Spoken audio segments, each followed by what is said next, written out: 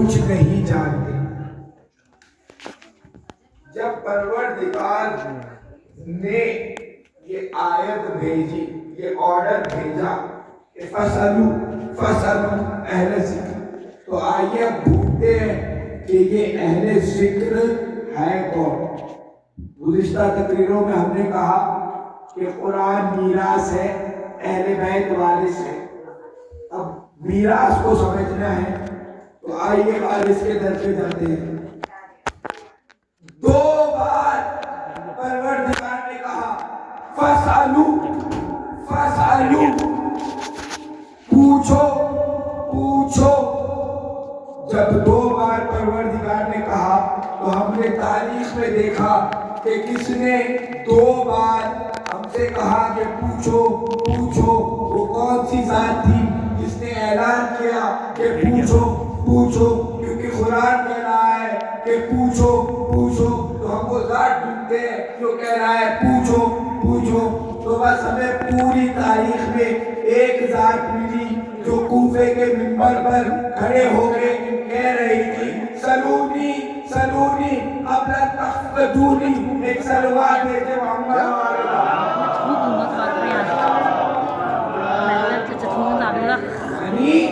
مولا علی نے کہا کہ پوچھو.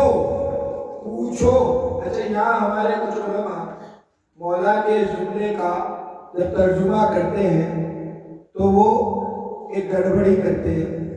مولا کے جملے کا ترجمہ وہ یہ کرتے ہیں کہ سلونی قبل ان تفقدونی، کہ پوچھو اس سے پہلے کہ میں تمہارے درمیان سے چلا جاؤں. یہ ترجمہ آپ کا سنا ہوا ہے، لیکن یہ اس کا حقیقی ترجمہ نہیں ہے. قبل ان تفقدونی، سلونی پوچھو اس سے پہلے کہ تم مجھے کھو دو.